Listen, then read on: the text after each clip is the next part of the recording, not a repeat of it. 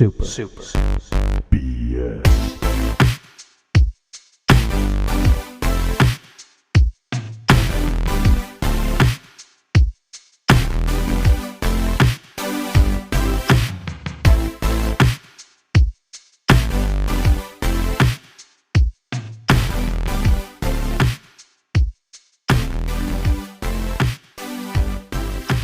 Well, if it isn't me, it is number 59 himself, lovable baby boy Brink. I am joined by the dastardly Butts. Seymour Butts. All the butts. If it isn't Seymour Butts himself, Seymour that's Butts. Well, have you which house have you pledged to? I'm pledged House Atreides, the good guys. Ever heard of them? I don't know. I was born into this Harkonnen house where this like big naked bald guy seems to like yell at everybody. Never validates any of us. You know, I was just born into servitude, and he never says thank you. And he just chops. He never does his P's and T's, yeah, right? No, please and thanks he just like chops off doctors' heads. You know, we can't keep a doctor around here because they're always just losing their head. You know.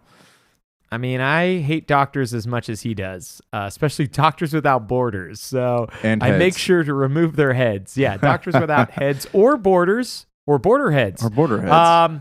Tell me your thoughts, everybody man. Everybody knows what you're talking about. We're talking about Dune. No spoilers, because obviously it just came out 4 days ago. Dune 64, for those of you wondering what we're talking about. We're talking about the kind of invention of real-time strategy, Dune on PC. That's right. You know that, right? That was what inspired Command and Conquer and all the other games. That was the first, I want to say, Westwood Studios game was Dune. I know it was on Saturn. It was on Sega Genesis as well. Was it? Yeah. Yes, it was, my man. Yeah, Battle for Arrakis. It was like the first real-time strategy game. I think that was like a big thing about it. I'm not 100% sure about that, but I know it was like really early on. I didn't know this. Yeah, I had no idea.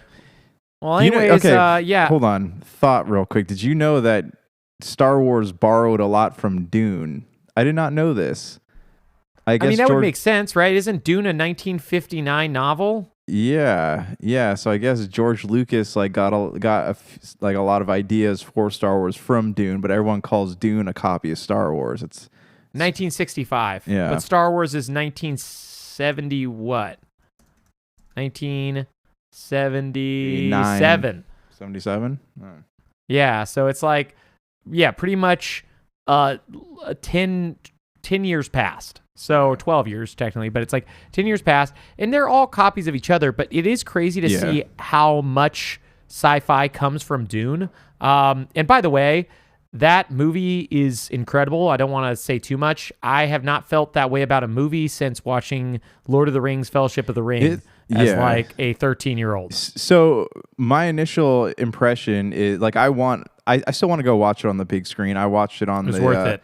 Yeah, well, I mean, I agree. I'd like to. I saw it on the TV because I didn't know when I was going to get a chance to go see the movie. But it's very unsettling, you know. And I mean that in a good way. Like I mean that in the fact that nothing about any of these characters makes sense, and I like that. I couldn't predict what was going to happen at all. Like it felt, I don't know. It felt like it was not. I don't want to say unpredictable because I just said that, but it was just not. It was not normal.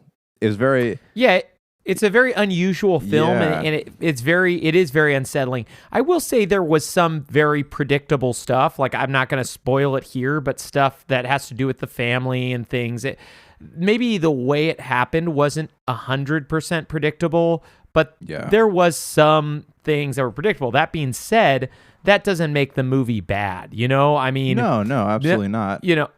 It wasn't like Darth Vader saying, you know, Luke, I'm your father, which I'm sure at the time everybody's like, whoa, dude, okay, I didn't expect that at all. Come on. I know. Yeah, sorry, I'm spoiling a 50-year-old film at this point, man. Or more than 50. Jeez. But yeah, Dune I thought was incredible. My biggest beef, and this is something that isn't a spoiler at all, because if you watch Dune for more than 1 minute, a big part 1 appears below it, is that Dune it's not finished, and they only recently, like by the time you've heard this recording, they've announced that they're going to start filming and hopefully release it by 2023, October of that year, hopefully. But that idea is like, the way he made this, I wish he would have made this like Lord of the Rings. Like shot back to back, just, you're going to release every year or whatever you need to do. Even a 4-hour film, I would have enjoyed more. Yeah. So here's the thing. Like, he went in, and it's weird because Denis Villeneuve, like, he did Blade Runner 2049, right? And that was supposed to be, he was supposed to Arrival. It's great. And Arrival. With Blade Runner, though, he was supposed to film 2 movies, and the first movie didn't end up doing well, like super well, until after it came out on like digital release and all that. So it's surprising. Like, if you want to tell intricate sci-fi stories, he's the man to go to. But Warner Brothers, from what I understand, or Legendary Pictures, they didn't want to sign on for 2 parts until they saw how the first part did. Man, that is such a crappy thing to do, though, with this story. Oh, like, absolutely. I'm sure you're right. Like, I have no doubt that that's the reason why it's released the way it is. But that being said, it's just so horrible because this story, more so than maybe any film outside of like Lord of the Rings and a few others, you feel the needs for a sequel part of it. It needs to be finished. That being said, man, like, I absolutely loved it. I thought it was like pretty incredible as far as things come. I thought the character work was wonderful, but honestly, the thing that really, it's not even more so than just the incredible acting and the amount of famous actors, was the cinematography. Like, the cinematography and directorial, man. Yeah, dude, it is. Yeah. Who is he? What does he do? He did Blade Runner 2049 also. Oh, so, like, okay. He's so it's his really team. It's pretty much his team that works. It's his team, but I mean, what I love about him is that he has these establishing shots that, I don't know, it's just like, it sets it up to where you're able to picture the context of every scene. I don't know how he does it, or I can't really explain it, but like, he'll show the exterior of a building and then he'll show the interior of the building, so you kind of get an idea of like where this is taking place within this compound. He also is very good at bringing colors out. Like, if you notice in Dune, every scene and like the not only the planet, but every scene seemed to have a very particular color palette. You go to the planet, and where they're in the beginning of the movie, and it's all like blues and greens, and they all have this like gray tone on them. You go to the desert, you have your golds and your browns. On the Harkonnens planet, it's all like blacks and reds. It's very like, everything's done very with a point. There's a point to every shot. Yeah, it's very intentional. The whole film is. Yeah, I definitely see that. It is so interesting too, because more so than Star Wars, I want to know more about every one of these planets. Oh, absolutely. Like, what the amount of knowledge they give you, I feel like is perfect. Like, I never felt like I was getting a lore dump, and I always felt like I wanted to know more. Yeah. And so far, because there's going to be another one, I don't feel like I've been like gypped. I don't feel like I want to know more, and they're like, well, we're just never going to tell you, and we're not coming up with it, whatever. It feels like there's a rich history that if I actually wanted to plumb the depths, and I've heard mixed things about the books that aren't called Dune from Frank Herbert, but like, I could find that stuff out.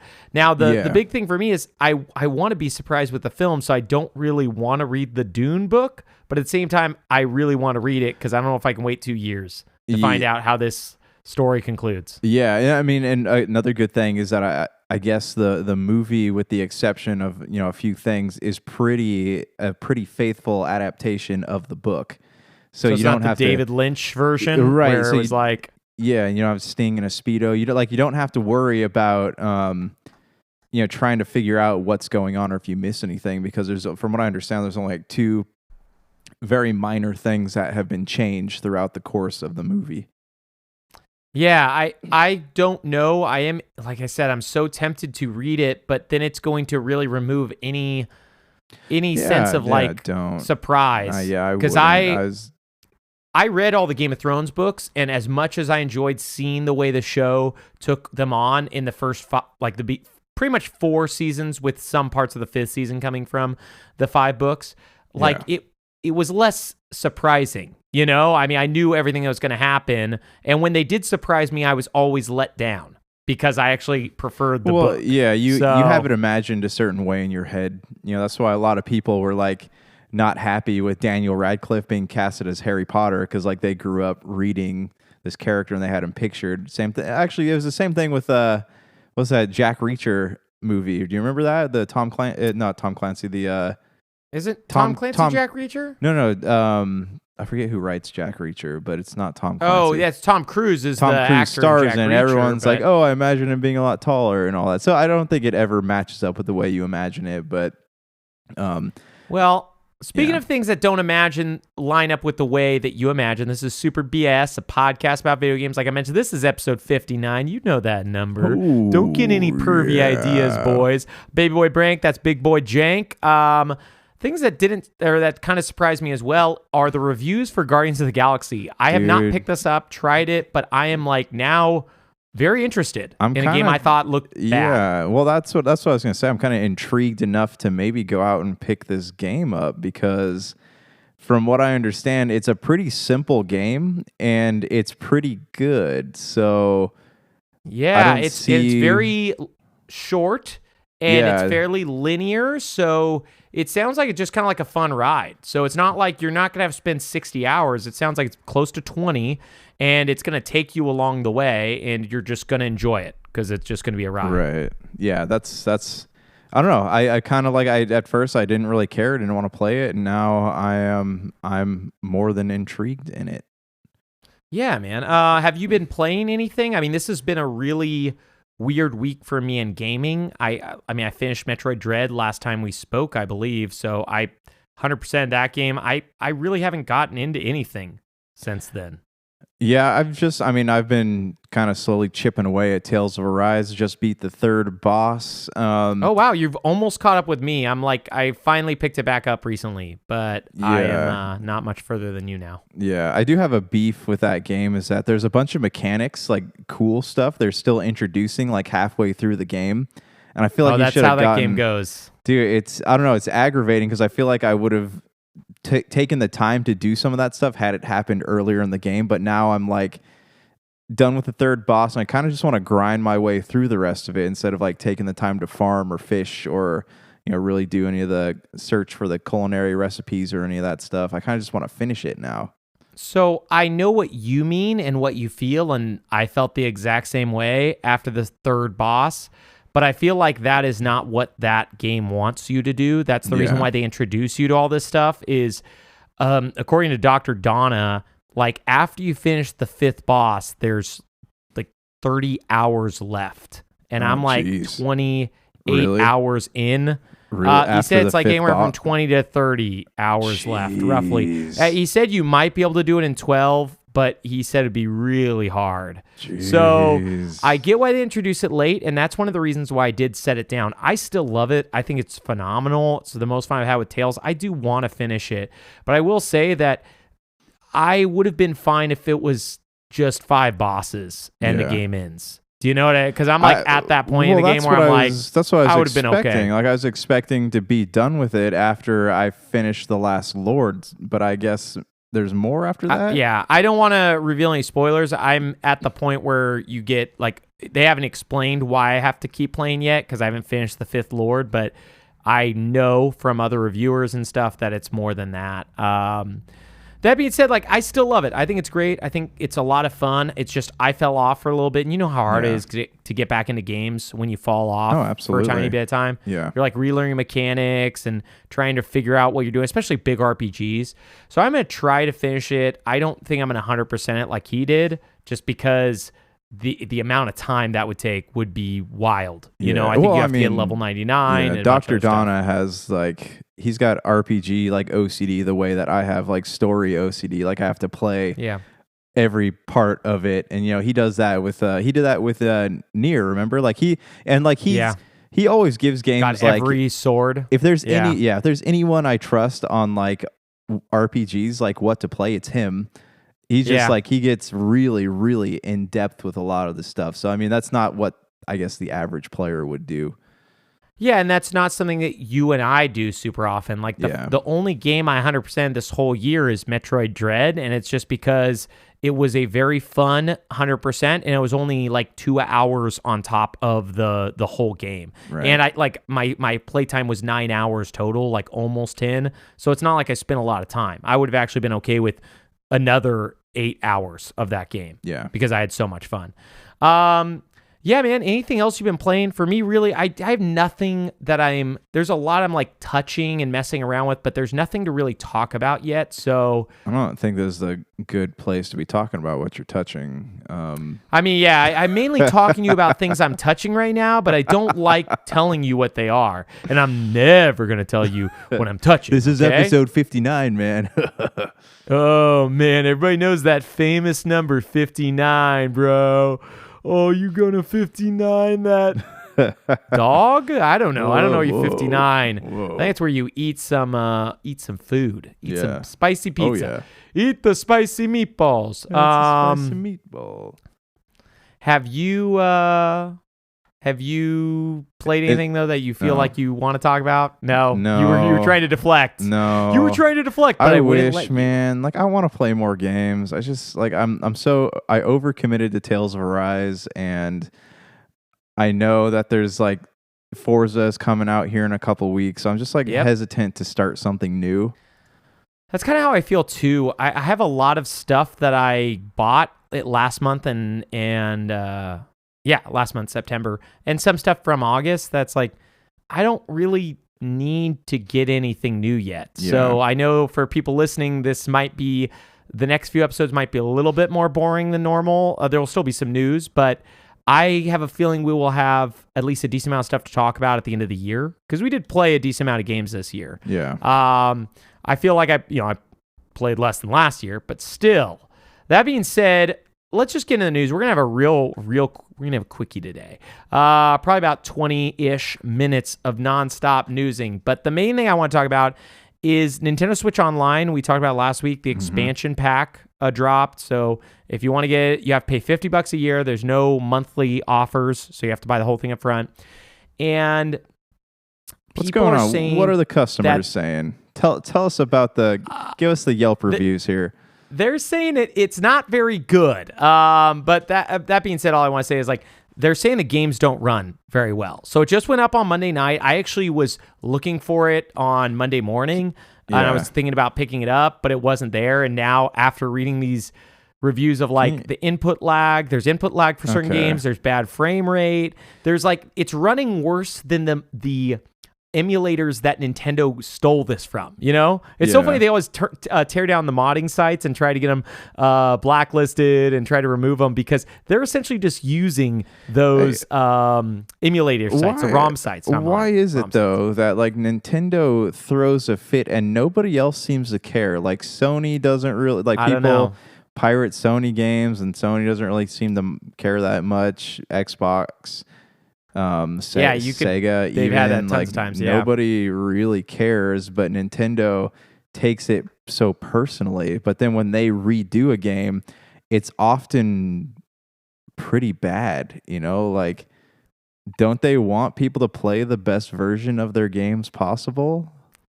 The biggest issue I have with Nintendo, and this is an issue for like this year. Speaking of which, something I need to just throw out right now, and I won't even put in the news, is Advance Wars got delayed. It's not coming out in December anymore, the Advance Wars remake. So they had like another game I was interested in picking up this year. It is coming out in 2022. That was the one that was being created by the Shantae Half Genie Hero company, Way Forward.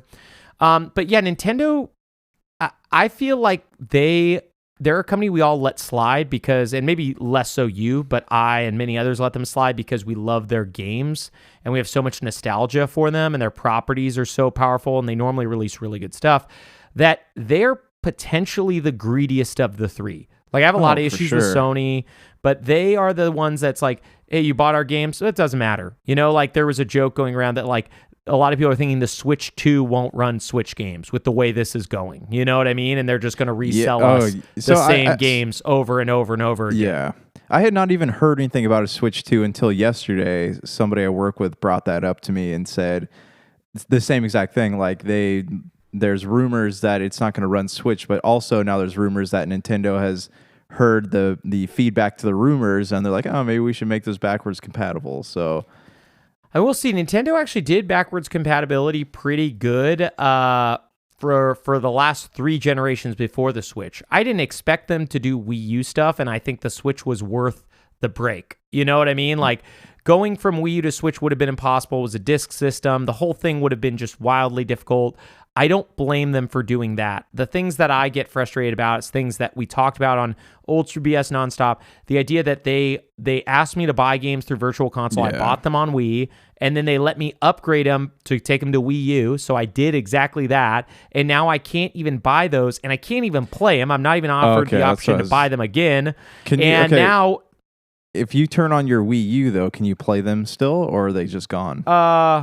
I don't have a Wii U. I sold my Wii U. But I mean, if you got it again and signed into it, would you be able to play You can call Nintendo's customer service, and I think they can help you. But the way their online is handled so poorly, I don't think it's just signing in and my catalog is still there. Because I know with the Wii Virtual Console, you had to download all the games you wanted because they were shutting down the service. Yeah. So you wouldn't even be able to like go into your previously downloaded.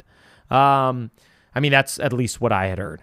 And Nintendo's like kind of notorious for this stuff. And in that way, I just feel like this has got to change. You know, the fact that they more than doubled their online service, they have the weakest online service. That's why people said $20 a year. That's fair because it's like crappy, has no voice chat. You had to use separate apps to talk to your friends. Doesn't really have any friend features or functions. No party chat as far as I know, or party up stuff. All it had was these Virtual Console games and a very limited list. They weren't releasing them very frequently. It was like maybe once every 3 months, you'd get 2 or 3 Super Nintendo and NES games combined, not separately, like 2 or 3 total. Yeah. And it would be from Super Nintendo or NES. Most of them were like Joe and Mac level quality, which we talked about last time.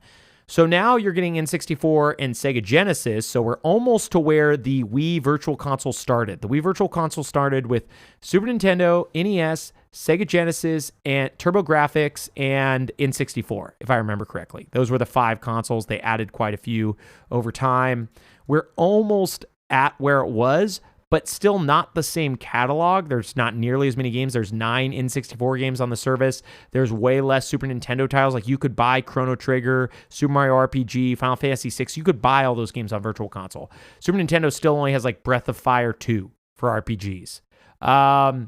So yeah, I mean, we're looking at a really weak system, and then you release this thing you're more than doubling the price. It was $20 a year. Now it's $50. You have to buy the whole year. You can't even try it for a month. And then these games have problems? Like that's what's wild to me. You know what I mean? Like you release this thing that works on everything else. When I get a Steam Deck, if I wanted to, I could make that run N64 games better than the Switch. So you release stuff on this thing and they run worse than competitors or for free. And yeah, I don't trust them to fix it. Most people don't because of their attitude. On a little bit more positive news on the same thing is, I guess the rumor is somebody data mined that there are 38 more N64 games coming to the service and 52 Sega Genesis titles. They don't really tell you too many of them outside like Mario Party, Smash, Wave Race, Majora's Mask, whatever. All these things. That's cool and that's fun. I will say outside of like maybe Wave Race and a couple others, do I really care? The best Smash Brothers is probably realistically Ultimate. It plays the best, and now with Sora, it's got almost 100 characters. I mean, like, do I need this old Smash game? Like, I'd love to play it, but you know what I mean? Like, how many times am I going to play it? Yeah, it's for nostalgia for sure. Like, people who are nostalgic are going to be the ones that want to play. And even still, it's like I said last week, you have these people who are temporarily enthused about playing old games, and they kind of just get over it. You know, it's the same reason you go and dust off the Sega or the Super Nintendo. You're like, oh, it's going to be so much fun. I'm going to jump back into Final Fantasy or Super Mario or whatever. And then you play it for a couple hours, and then you just kind of let it sit again for years. I guess, and in some ways, I agree with you slightly about that stuff. But in other ways, I think you're kind of wrong. I think that, while I want Super Smash Bros. And lots of other N64 titles to be there, the ones that I want the most are like Paper Mario. There was another huge one that wasn't on the list at all that I was like, oh wow, man, they couldn't put that. And then about Super Nintendo, the games I want are Earthbound, the game that they already had on their old stuff. It was on 3DS and Wii U Virtual Console. I want Chrono Trigger, Final Fantasy VI, all of these good RPGs that I would go back to. I've replayed Chrono Trigger like 4 times. I would play it again on my Switch in a heartbeat, but I can't. Not even Square Enix is selling it to me at like $50 or whatever they sell their nonsense prices at. Yeah. I'm almost curious though if like that's just going to be, those are like the big Square RPGs are just going to be another thing that gets re-released physically or digitally in the future, and maybe that's why they're not wanting to, put those up for people. I mean, yeah, maybe, but why don't they just release it and let us buy them? They've released so many of their other games in these poor collections, like Collection of Saga and what was there? The Secret of Mana collection. Yeah. And I'm just saying, like, let us play these games. Like, I don't know what's going on because, like, we're getting to this age where most of us who want to play this have disposable income, and we'd like to have those games on the systems we want to have them. Why can't I buy that? That's the thing. Like, it's not like the Switch can't run it. That's the thing that makes me frustrated. And I'm not even talking about the Square Enix stuff. Like, that's a third-party company. Like, that's dumb on their half. But why is Nintendo not letting us play these? I'm not even talking about GoldenEye or any of the Rare stuff. I'm talking about the stuff they own. Release all of it. Like, it doesn't make sense. And then start working on Wii games and Wii U stuff. You know what I mean? Start making new things. Get Game Boy Advance. You know how long it's been since we played Game Boy Advance games? Like, this is now Nintendo's portable and their home console. Put everything on there. Yeah. But whatever, man. I'm sorry I'm coming out as such a downer. I'm so disappointed in Nintendo. I was disappointed when they announced the price, and now I'm even more disappointed that it's like it runs poorly as well. Yeah. It's like, oh, okay, so you paid the money? Well, sucks for you, man. It's not going to run good. Should have played on your PC for free instead. Right. No, I mean, I totally understand that. I mean, and there's still a lot of people who are upset, like you are, about the fact that they paid all this money for these games and they can't touch them again. That's kind of a bigger issue with digital content in general. But I mean, this is the reason that pirating exists, though, because there are people who want to play these games and just can't get them. So at some point, you either have to stop like going after people for emulators, or you got to put these games out again in some form or fashion. Yeah, I just don't trust, especially Nintendo, out of all of these companies, to do that for their fans. Yeah. And I think it's really dumb and really frustrating because they are the company that has pretty much the most goodwill. Like, that company should be Microsoft, right? They have Game Pass, all these other things. You can play all your games from most generations. The company with the most goodwill probably is still Nintendo. Like, people will give them so many second, third, fourth, fifth, sixth, seventh, eighth chances on things. Every chance. And, like, even though we're pissed, like, the second they release, well, I don't know, Mario 3 again, most people will buy it. Do you know what I mean? So it's like, just let us play the games. And everybody knows that, and that's the chant. That's why we're outside of Nintendo's house right now. I'm going out there. I'm with the crowd, Mr. Nintendo. We're demanding you, let us play games. Mr. Gorbachev, tear down this wall, right? That's us with Nintendo right now. We're tearing down the walls. We're all in Kyoto right now. This has actually also been a super slight news week. Like, I'm plumbing the depths here, okay? They found out that there's a bunch of Steam sales going on, which is kind of interesting to me. Like, Valve just, instead of keeping it a secret till the week before, they've told everybody. So the dates for the sales, if you want to get some PC games, beef up your Steam Deck. Halloween sale, October 28th to November 1st. Autumn sale, November 24th through the 30th. And the winter sale is December 22nd through January 5th. Sadly, all of these sales are starting and ending before most of us are going to get Steam Decks. And hopefully by the time these sales start, they'll at least let us know what plays best on Steam. Did you see that? That was kind of a cool news thing. Did you guys see that? See what? That Valve is making some type of like on Steam before the Steam Deck releases. It's showing what games play natively best on Steam Deck. Oh, that's cool. Like showing, so yeah, I had no idea. Yeah, because because PC games run so crazy. You got to do a lot of troubleshooting.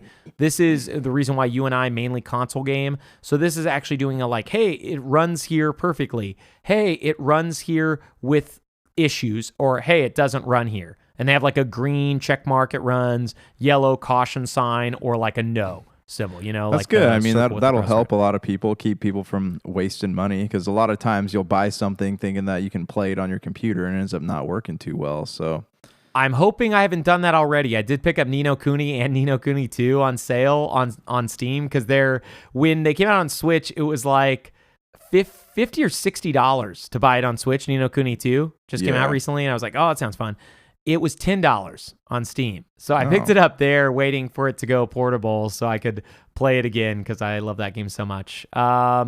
Here's another story, which is kind of more of a bummer for us than anything else. It's not really a big bummer, but there's a state of play.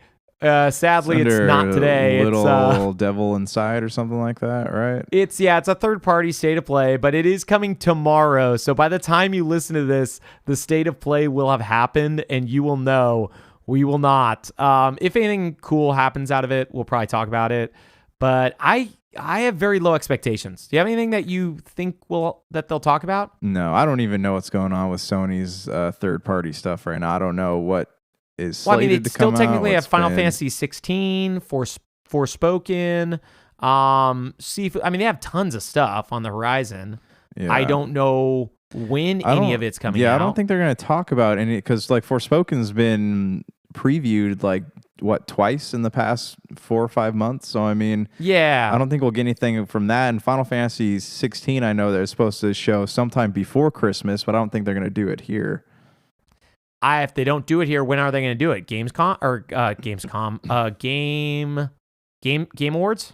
No, possibly. I mean, that seems like the most logical place to do it. I don't know, man. I have very low expectations. I'd love to watch it. I'm not sure I will be home to watch it. They're 20 minutes normally, so normally it's kind of a fun watch. I don't have really any big news to talk about other than that Netflix has released a trailer for Cowboy Bebop. This isn't our normal spiel. We normally talk about games predominantly. Can we? Did you see it? Yes, I saw. We're forgetting one big piece of news, though. Okay, let's get to that last thing, because that's what we're going to spend the most time on. All right. I totally forgot about that, because we ended up talking about that yesterday. Real quick, though, did you watch the trailer one? Because the teaser sucked. Yeah, so I saw it was the Lost Sessions. Is that what you're talking about? They released a new trailer today, but Lost Sessions was the last thing I saw. No, I didn't know they put out a new trailer. Okay, so does it look cool? Pointless for me to bring it up. I don't know. I didn't watch it yet. I just loaded it up right before we did this. I don't want to have a live watch unless you want to watch it as well with no... we need sound on. It'd be horrible. It would be a mess. So we won't talk about that. I am very concerned about that show. I'm not like a Cowboy Bebop diehard, but I will say I don't have a lot of faith in it. It's very disconcerting to me. I just don't trust that they're going to do a good job. I feel like the people who like the anime aren't going to like this, and the people who haven't seen the anime are going to like it. I have a feeling that the people who haven't seen the anime are not going to watch it because it looks really weird and strange. And I have a feeling that people who like the anime are going to hate it because it looks like they're either trying to copy the anime, which makes it look really bad, like you see the Spike run, but at the same time, they also did in my opinion, the only person who looks good is, I think his name is Spike, or no, Jet. The only guy who looks good is Jet. I like the actor of Spike. I think he does not fit the role of Spike at all. No. Like John Cho or whatever his name is. Yeah, and a lot of people don't think that too. And a lot of people were upset about... And Faye also doesn't look right, in my opinion. They covered her up. She's in the show, her clothes are very sexual. A lot's being shown, and now she's completely covered up. And not that there's anything wrong with that. I don't think it's going to ruin the character, but there's a lot of liberties being taken. I think my biggest beef right now is trying to have these characters move just like their anime counterparts. It's not the same medium, so don't try to make them do that. Give them their own thing. Yeah, I don't know, man. That Sessions trailer was so bad, it made me really start to... I mean, it didn't look great before, and even when they announced it, the only thing I thought good about it was I actually like the director. I think he's done a lot of fun, I think, movies. I can't remember who the director's name is, but I believe he did like Fast and Furious or something else. Sadly, the one article I'm reading doesn't mention him, which is kind of wild because he's like a very famous director that is mentioned in every other write-up. Yeah. Do you know what I'm talking about? The director of Cowboy Bebop? The TV show coming out. It's what is his name? It's not Andrei Nemec. It's who do. I know everybody loves listening to us talk about this. Dude, am I way wrong? It's not the guy I think it is. Sorry, give me 1 minute to check this out. Oh, dudes, I'm 100% wrong. One of the reasons that might be bad is because they didn't get a director that anybody knows. It's some guy named Andrew Nemec is the developer. I thought it was like the guy who does Fast and Furious movies. Greg Jardin is the guy's name? No. I thought it was the guy Fast and Furious. You thought it was Justin Lin? I thought it was Justin Lin, or I thought it was the other director for Fast and Furious 6 or whatever. There's been like a couple directors that have directed the Coen brothers did the first one. What are you talking about? Fast and Furious 1. That was a Coen brother movie, wasn't it? You're joking, right? Fast and the Furious. Oh, Rob Cohen. 1. Rob Cohen? Rob Cohen, yeah, sorry. Oh, okay. He's not related to the Coen brothers, though. It's a totally different guy. Anyways, yeah, Justin Lin was probably who I was thinking about. He did Crazy Rich Asians and a few other things. I, for some odd reason, thought he was in charge of Cowboy Bebop. He's not. Let's do it, dude. Let's talk about the big thing because I am running out of steam and Mimi hungry. Okay. What happened yesterday morning? Tell the crowds, tell the fans, tell the gang. Let's talk about it. Halo, they released the campaign trailer. And his head is cut off and his body's cut off. There's only a screen in front of him. Just a screen. I know that you had expressed some doubt, my friend, about whether or not we're going to see this. And lo and behold, there is Master Chief in all of his Spartan glory with this new bearded I'm eating character. humble pie as we speak, okay? Yeah, I hope you enjoy it. Savor the taste. I actually do. It's pie. It tastes really good. Everybody loves humble pie. That's the funny thing 59. about it. Dude, that episode 59, bro. Anyways, I watched the trailer. I think it looks amazing. It does. I think this could be the most fun Halo campaign potentially ever. I mean, I know that sounds like very hyperbolic, but it looks so much fun. I'm really hoping they don't let us down. And I'm still hoping it comes out this year because you got to admit this is the first look we've had in a long while. Or pretty much ever since last year. I'm sure it will. But I mean, like, I love this open world concept, though. And, like, I'll get to the grappling hook in a second. But just, like, looking at the map and knowing that if it has that Far Cry feel to it where the objectives and, like, the checkpoints are on the map. You're not, like, going to a separate load screen to get some of this. Like, I know there's cinematics and there's like a lot of tiebacks to the Forerunners and the Covenant and all that, but you're not having to start new levels to get there. It's all just an open map and you're being thrown into it and going to the objective points. Yeah, I also like the scene they show where you choose the vehicle from like those vehicle spawn points, it looks like. Right, and yeah. I would not be surprised, I don't know if they've mentioned this yet, where if you take over certain bases, you unlock certain things like these vehicle spawn points or maybe new vehicles or guns. Because it looks like that spawn point is like a cool area where you're going to be able to call drop down things. See, that's something I'm really excited about too, is like being able to have these like outposts. This like, it sounds like you're going to be able to take these places over and then kind of set up troops there. Like, I think that's really cool. I will say one thing. Now, after seeing this, I do think it's more likely it'll come out December 8th. I almost wish they would have never shown us this and launched it December 8th. And Like, just how surprised us. exciting would that have been to experience this for the first time without even seeing any of these things? Like, none of the spawn points, none of the, you know what I mean? Just give us like a minute of gameplay trailer of him like zipping around or whatever. Dude, I mean, I don't feel like they... hook. Yeah, the grappling hook is going to be so much fun. That being said, I don't think they did a bad job. I think it's like looks incredible. I just am... I wish I could say I was getting ready to experience Breath of the Wild again, like levels of like, oh, it's going to be fun. Because when I played Breath of the Wild, I watched a bit of the marketing beforehand, but they showed so little that when I played that game, I felt like the first time I've ever seen it. This one, I feel like they showed a lot in this trailer. Like, I'm guessing there's still going to be a lot of surprises because they did just show us like one area. Too. Yeah. But that would, the one thing I would say is like, I wish they would have released like maybe a half-minute one for someone like me, and then released a big long one if people want it. Because I never watch those like dig down things because I just don't see the purpose of like a deep dive. I just don't see the purpose. I don't like watching deep dive videos. I just want to like play the game, and I love just seeing it once. So, you know, whatever. That's not the way they decided to show it.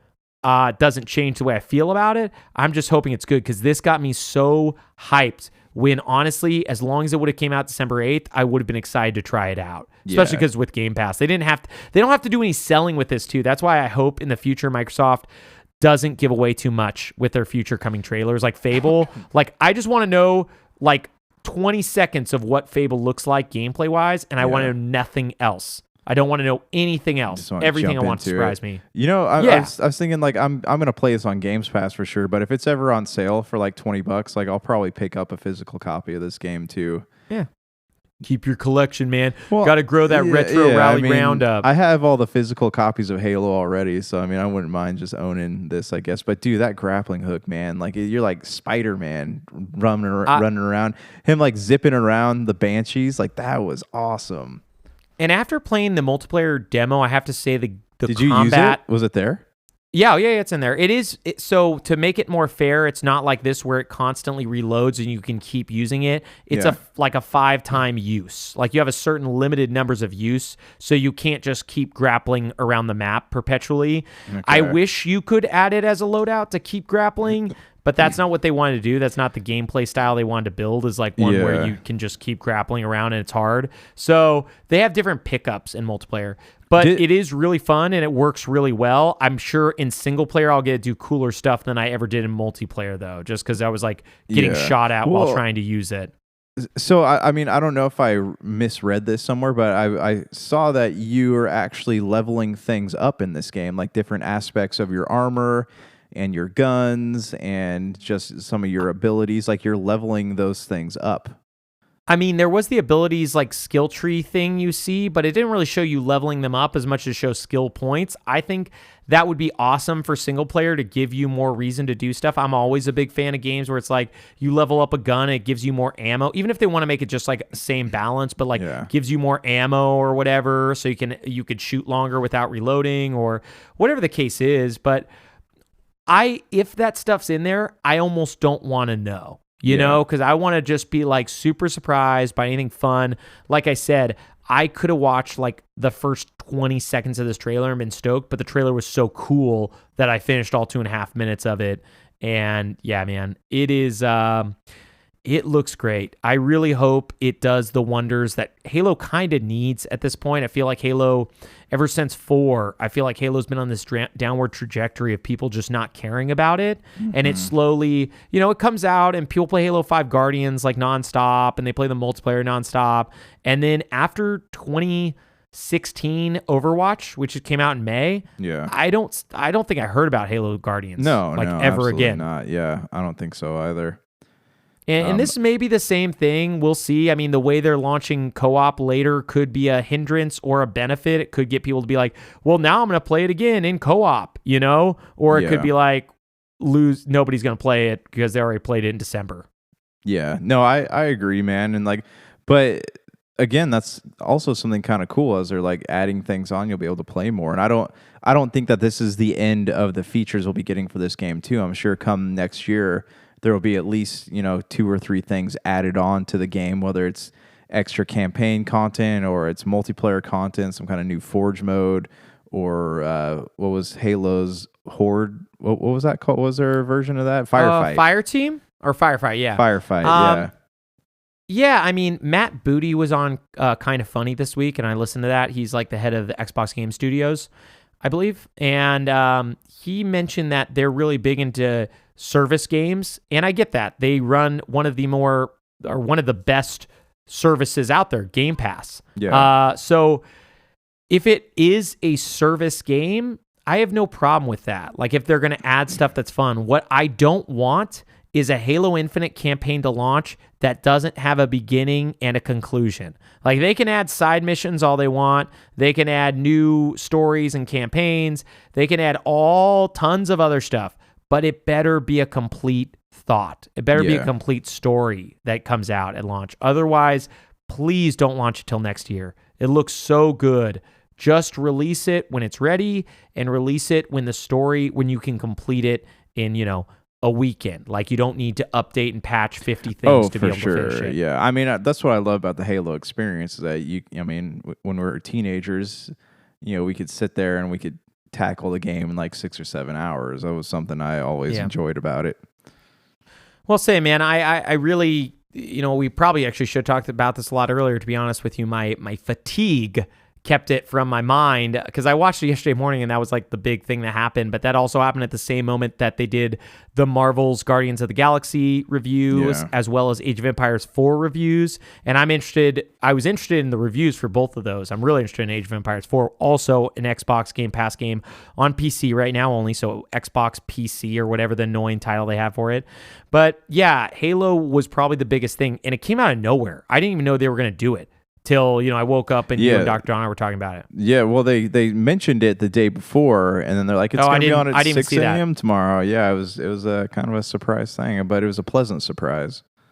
Yeah, I really hope it's as far along as it looks, because it looks like it's pressing right now. It looks like it's gone gold from that trailer. Yeah. So hopefully they're just patching out the bugs and getting it ready, and we'll play some Forza Horizon next month. Next month is dire in the video game world. Outside of Forza Horizon 5, there's like 3 large games. It is probably the worst November gaming that we've had in years, unless you're interested in shooters. Then there's Call of Duty and Battlefield. So if that's like your deal, then this week, isn't it? Doesn't that come out this week? Friday? It got pushed. Oh, got pushed to next month. But it is, yeah, man, it is really. I mean, we're looking just real quick to run down, so that pretty much Forza is the main thing. There's Call of Duty Vanguard, Forza Horizon 5, Jurassic World Evolution 2, that theme park manager.